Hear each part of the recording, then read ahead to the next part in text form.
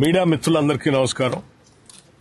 గౌరవ మంత్రివర్యులు శ్రీ శ్రీధర్ బాబు గారు, అట్లాగే మా స్పోర్ట్స్ అథారిటీ చైర్మన్ శివసేనారెడ్డి గారు, రోహిన్ రెడ్డి గారు, హెచ్సిఏ మిత్రులు దల్జిత్ గారు, మిగతా ఆర్గనైజర్స్ అందరితో కలిసి మీ ద్వారా ఈ ఫుట్బాల్ లవర్స్ కి అందరికీ ఒక సమాచారం ఇవ్వాలనేటువంటి ఆలోచనతోనే ఈరోజు ఇక్కడ రావటం జరిగింది.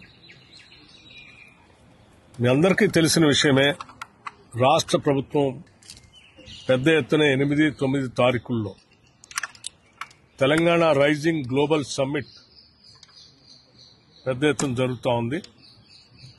ఈ Telangana rising global summit, economic summit సందర్భంగా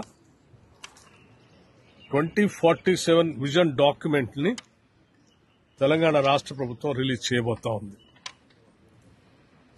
ఈ తెలంగాణ రైజింగ్ గ్లోబల్ సమ్మిట్ సందర్భంగా జరిగేటువంటి సంబరాల్లో రాష్ట్ర వ్యాప్తంగా ఈరోజు ఈ సంబరాలు మొదలైనాయి.